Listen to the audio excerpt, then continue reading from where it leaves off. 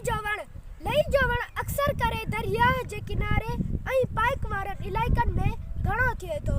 उन खां अलावा लई जो वण थोरी घणी मिक़दार में हर हंधि मिले थो। लई जो वण घणो सघारो ऐं घाटो नथो थी सघे।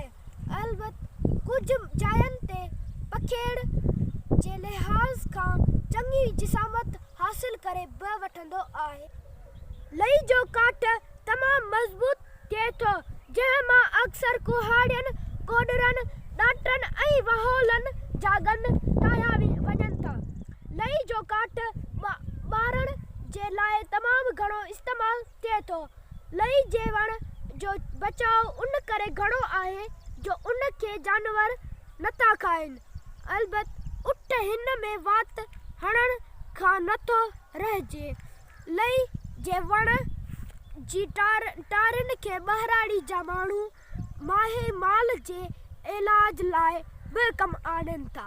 हाणे जी मौसम में जॾहिं माहे माल में समहड़ी जी बीमारी अचे थी त लई जे वण जी टारियुनि सां माल खे दूंहों कजे थो ऐं उन सां गॾु माल जे पुठनि ते लूण जो बरको ॾेई उन जे मथां लई जे टारियुनि जो तह ॾेई उन जे मथां गरम खथो या रिली विछाइनि था, जंहिं सां माल समहड़ी जे मर्ज़ में फ़राहत अचे थी।